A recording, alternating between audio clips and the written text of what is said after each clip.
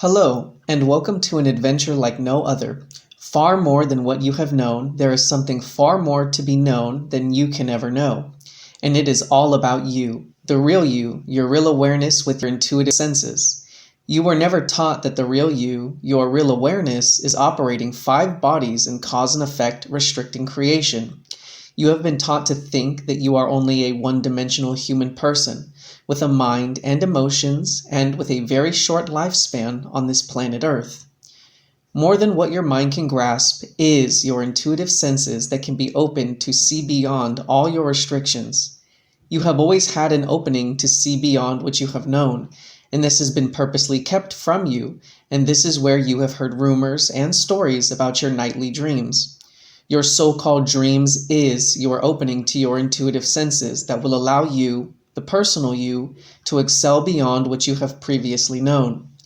Everyone has intuitive senses, and very few people take advantage of what is possible by recognizing something more than their mind can understand. Creation has its place for all of us, and then there is all life, which is far more than anything than what can become with creation. Everything we experience is necessary for us to survive with whatever we choose and decide our life to be. New Kevin Smith is the great witness to something more than what can be taught and learned in any school. It can be so that when anyone first listens to Kevin's intuitive side experiences, also known as real side experiences, from what their personal mind has known, Kevin's manner of expression will at first be rather different to comprehend. This is where this introduction and reading the new books and Facebook groups will help. Have fun deciding. DUANE the Great Writer and Seer. In this real side experience, I would find myself in the company of a human female form and a family member, in fact, though impressions afforded via the real awareness would reveal she was in actuality a real guide.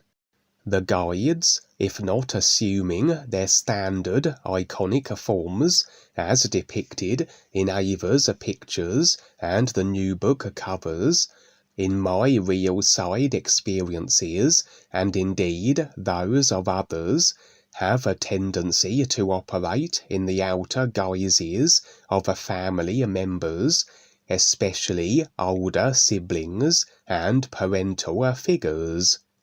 Generally, the guides will be in the forms of my grandparents, as I have shared over the years, but with the notable exceptions, that of my older brother, my auntie on occasion,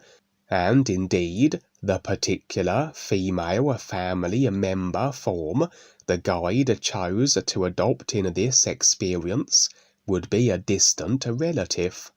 It always is advised to lean to all impressions afforded in regards to the identities of those in our experiential midst, for outer form is rather very secondary, especially on the real side, considering the ease by which beings can alter their exterior body types, the shapeshifters, etc., and indeed will the dark forces often attempt to infuse deception through the adoption of the outer forms of the real guides.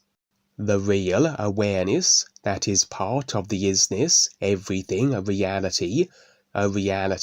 that permeates through all consciousness, has then access to the ideas behind everything that is effected into a simulation. The actual identities of all we encounter, irrespective of the face they wear, can then be ascertained, all attempted deception laid bare. And in this case, as I said, assurances as to the family member being a guide were provided, and generally, even in the absence of impressions, the behaviour, actions and words of those we encounter will give a fair indication of their general intent and inclination. and even should they put on an act in conjunction with the guise they adopt, rather easy is it to punch holes in their delivery, for if a dark force character attempts to mimic a guide, their effort will invariably not be especially convincing, as they lack the awareness the guides possess, and generally, after prolonged periods of maintaining more benign countenances unnatural to them, the deceptors will revert to type, and we can expect to see the reality of their distorted personal self through cracks in their outer facade, like the outer layer that slips to reveal the wolf beneath as it wears the sheep's clothing. But anyway, in the company of this guide, we would be entering a particular area of multi-dimensional creation that presented as though a commune or retreat, set in a gloriously vibrant natural environment. It had a certain essence to it, as though the longer the duration one resided within it, the more shared were the distorted ideas, the attitudes, the limiting considerations, and emotionally clung to thoughts of the personal self-consciousness. It wasn't a case of these restricting literal mind ideas being removed automatically, but more that it seemed far easier to stand aside from the consciousness of mind and emotions, to be within the nowness of the real awareness position within this natural environmental region of creation, than any other dimensional position I ever had previously encountered.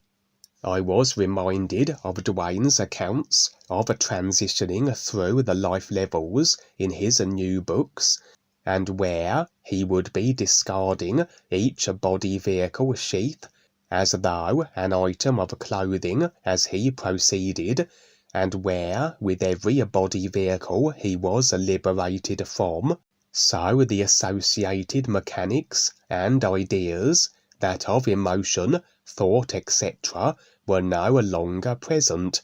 and he would progressively assume a position absent of the burdens of the consciousness, of the mind and emotions. For although we can stand in the nowness of our real awareness position while in creation, and indeed this is encouraged, we still are laden with the consciousness which is going nowhere as long as we are retained in the simulators. And despite ability to perhaps maintain our true being, nowness, real awareness positioning, always will the personal self-consciousness be present in the background. DUANE has described it as an irritating and constantly buzzing fly. This creational position would be a similar situation, that although I wasn't shared of the created body vehicle sheaths, and their idea generating essences, their presence seemed more diminished, as though rendered faint and almost negligible. This was a creational area where a number of other beings resided, those on their all-ears recognizing journeys as impressions revealed, suggesting this was a position made accessible as a certain stage of progression with the awareness process had been attained. For now, an individual would approach the guide and myself, presenting as a kind of overseer of this dimensional position we were in, and that possessed of a well-developed awareness, that although wasn't to the extent of a real guide, wasn't far from it by my estimation.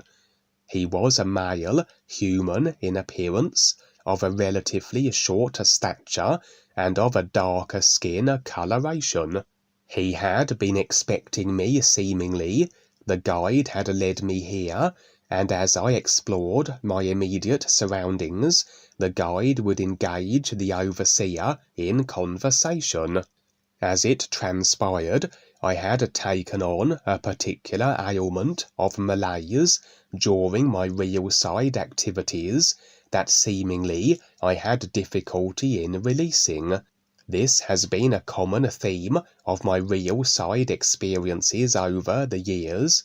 Whereas I go about my various assignments and operations on the real side, I have a tendency to inadvertently trawl additional agreements, ideas that translate as real side debilitating, and that if not realized, addressed, and released, would have translated as adversely physical level body impacting. For every idea we agree with or create expresses immediately on the real side, then filters gradually through to the physical in whatever form that may take, according to the nature of the idea. In reality, then, as the deciders, it is we who agree to the ideas, or the creation of them, that we experience the consequent effects, and it falls upon us then to release these ideas, should what is manifested from them be deemed unsavoury. There are some situations where the ideas we trawl that affect adversely are more difficult to release than others, even if to retain them is nonsensical, for whatever reason this may be. Perhaps there is an emotional component, that the idea is in association with maybe other as yet unreleased ideas, through attachment we retain with them, and this newly acquired idea somewhat becomes bundled in with an idea attachment we have yet to relinquish, and so we rather accept the effect potential fallout, even if it may prove detrimental. This seemed to be the situation here, an idea that had stuck itself, that had lodged and become difficult to shift,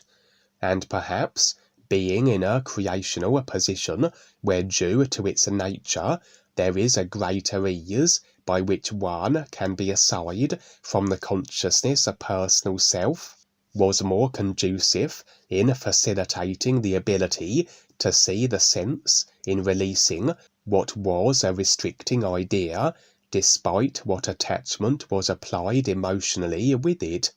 For as it transpired, the physical level body repercussion of the idea held to would involve a detrimental impact to my breathing capability.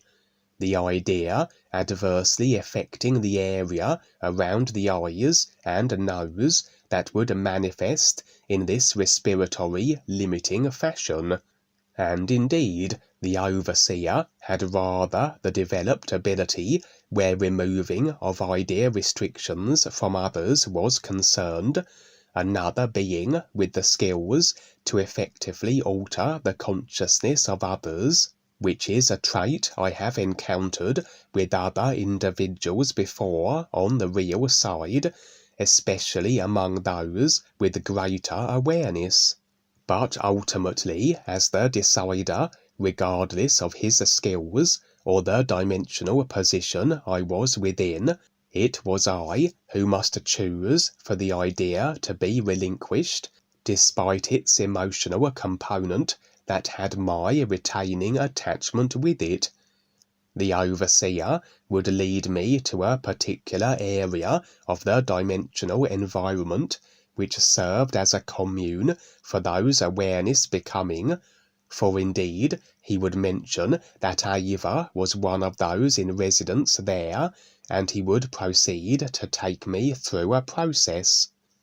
I would apply the term healing, but in reality it was the removing of the idea that would be causing adverse physical level impact and its subsequent releasing.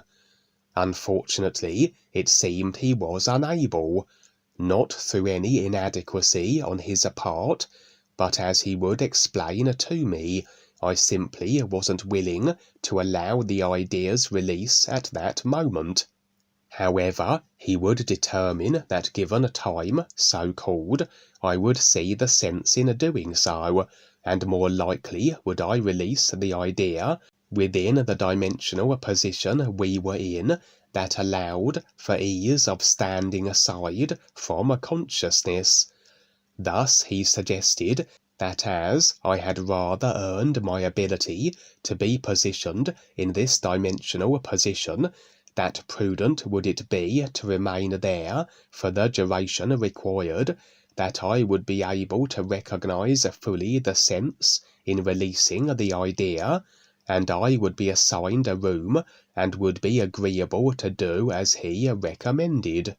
Impressions revealed I once had access to this dimensional position before, at a moment where I had previously been on the process of his recognition, but had for whatever reason forfeited it in lifetimes past, and where I had limited my position in life accordingly. And now I was as though restoring my former positioning with life, accessing that which I once was able. In reality, we are the everything isness already, but our position in relation to that which we are is according to the extent of our self-limitation, and throughout our creational process, we somewhat deviate from one end of the awareness scale to the other, until we concretize and maintain intent with the recognizing of the all-is. During my stay there, which spanned for what seemed like months during the experience, the overseer would take me through a series of curious exercises and activities, which, although visually rather nonsensical, were for the purposes of assisting me further with aligning the personal self, reordering the consciousness, that benefited further my awareness process. A point was reached where the idea agreement with its adverse effect would be released, and the overseer suggested it was no longer necessary for me to remain in the vibrant dimension, though I could return at any moment of my choosing. I would now find myself in an alternative scene in the company of a group, and it seemed we had a destination intended in relation to the idea agreement I had trod that required release in the previous scene. The mechanism of reaching our destination was a kind of mechanical contraption, looking a little like a convoluted Big Dipper fairground ride, and where knowing in regards to carriage selection was important, as each carriage would transport those within it to particular dimensions of creation.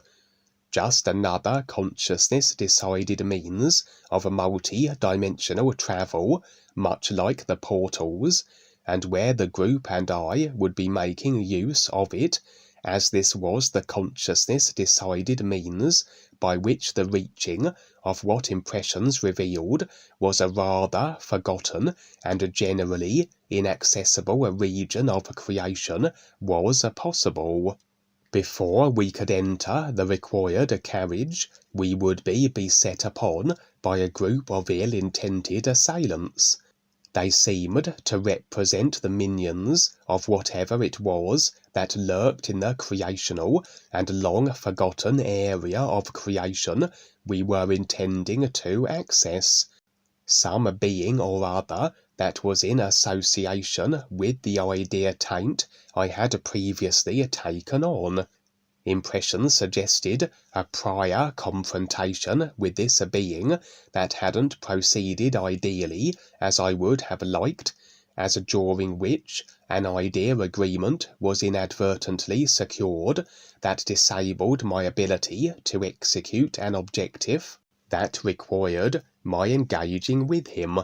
The objective had been momentarily abandoned, I had been escorted to the vibrant dimension by the guide, where the distorted idea was able to be released, and now I could attempt my objective again, an intended re-engaging with whatever being that resided in the dimension we aimed to access. And as I said, it seemed the being had deployed its minions to interfere and prevent the group and myself returning to its dimension, suggesting that the being was either of an ill-intended persuasion or rather unwelcoming and disagreeable in regards to what we were trying to achieve that required an audience with him. As every simulated outcome is according to idea agreement in regards to individuals choosing to harm or attempt the destruction of others, their success is strictly dependent on their targets harbouring the agreement that this can be so. Absent of the idea, and the simulation can't follow. Try as the deployed assailants might to eradicate the group and myself, they were unable, as we lacked agreements allowing that they could. Their efforts were nullified, and as they surrendered, we rounded them up and took them to a nearby building for questioning, although impressions already had unveiled their motivations for attacking us. Satisfied with their responses, as they rather admitted to what we already knew, that they served at the behest of the being we sought, we would allow them to depart, and now the scene would fade, with the group and myself now finding ourselves within the very dimension the being we had sought to engage with resided in. Perhaps we had elected not to make the journey via the mechanical carriage contraption option and simply manifested into the target dimension, as the real awareness can simply insert its simulated forms anywhere multi-dimensionally, no portals or mechanized technologies required. The position we were in had the appearance of a barren and desolate wasteland. We stood atop a large mountain, preparing to descend into the canyon below, where whatever the body form of the being we sought to engage with lurked. There was a sense of slight trepidation with the personal self, for we had attempted to approach whatever this being was before. We had failed, and I had taken on an idea-distorted taint that was of such a particular, it rather amalgamated with other as yet unreleased ideas of my consciousness, and formed a kind of attachment bundle that was problematic to release, as I said. And here we were, set to engage with the being again, and whatever it had presented as ideas before, that proved my undoing previously. The impressions were that the being could determine exactly the ideas to throw at others that would most assuredly be taken on, and result in the necessary distraction that would cripple the ability to carry out whatever was the objective of engaging with the being in the first place. A little like the influence, that as an expression of the overall consciousness, so the influence can determine what emotional buttons to press, so to speak, to ensure all within the simulator remain creationally mired. And so, with all that considered, we would descend the mountain one by one. The being was aware of our presence, and would be preparing to unleash upon us the ideas that it thought would best derail us, as though able to delve through the consciousness of its unwelcome guests, much like the influence. But imperative did it seem that confrontation with this being was so, the reasons never revealed, Perhaps it had galactic project ramifications, and the experience would end there before the final scene where the engaging with the being took place, and maybe more will be revealed in regards to how successful we were this time around.